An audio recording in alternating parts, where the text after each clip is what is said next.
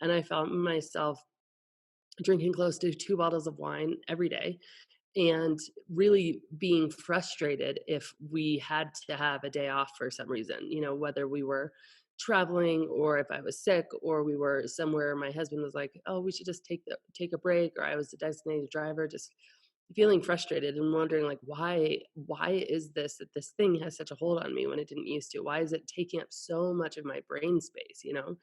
And I could stop drinking for periods of time, but I never felt emotionally okay about it. Like I would be able to stop physically, but emotionally, I felt sorry for myself. I felt like I was missing out or like things weren't just going to be as fun and so it took up a lot of my thinking.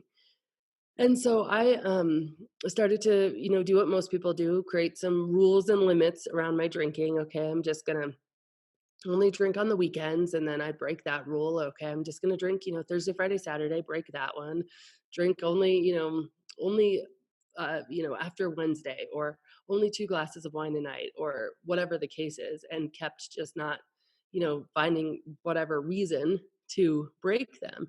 And I remember very vividly waking up many nights at 3 in the morning, just feeling like, man, you know, what is wrong with me? Like, why is it that this has such a hold on me? What happened? Who am I even? This doesn't make any sense. I'm totally in control in every other area of my life. I'm seeming to do good. Nobody even knows this about me. But like for me, it's tearing me up and feeling a lot of emotional upset about that. And and one day I was coming home from London. I had been there for a work trip and I had been drinking the entire time. I had gone into the hotel bar in the morning on my way to the airport and basically asked for some mimosas. And it was super early. And the waitress said, "Well, we haven't opened the champagne yet because it's too early. The bottle will just go flat, but I can make you a screwdriver." And that was one of those little lines that like hadn't really crossed, like hard alcohol first thing in the morning. But I was like, okay, I feel so bad. I just need to get through so I can fall asleep on the plane. Like, okay. And so I had a few screwdrivers. And I remember getting off the train in the airport and sitting there. And I actually, just started journaling at that point. And I remember very vividly, I have the journals, sitting there writing, like, really realizing that what I was trying wasn't working. Also, really feeling like, what anything that was out there wasn't for me. I didn't feel like I resonated with anything. I actually had a very close friend of mine who got sober with AA, and when I asked her like, "Oh my gosh, we drink as much as like I drink as much as you. What do I need to go to AA?" And she's like, "Oh no, I learned that I'm an alcoholic. I was born this way. You're not." And that was 6 years before this epiphany. And so I was like, "Okay, well, obviously that's not for me. Where do I fit in this?" And not maybe asking that question consciously, but definitely feeling like, "All right, there's got to be an answer here that I'm not seeing."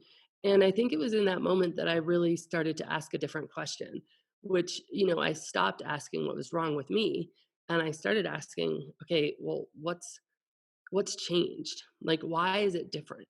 And I started looking more at the substance of alcohol than at myself. And I actually did something really radical to your summit title is I stopped trying to stop drinking and I just made a commitment to myself. I knew that the hamster wheel I was on of making limits and breaking limits was just taking my self-worth into the toilet. I knew it wasn't working. And I said, you know what? I'm just going to take as long as it takes. And I'm just going to find the answer to why is it different? What's changed? Why is it that this fermented liquid in a glass has such a hold on me?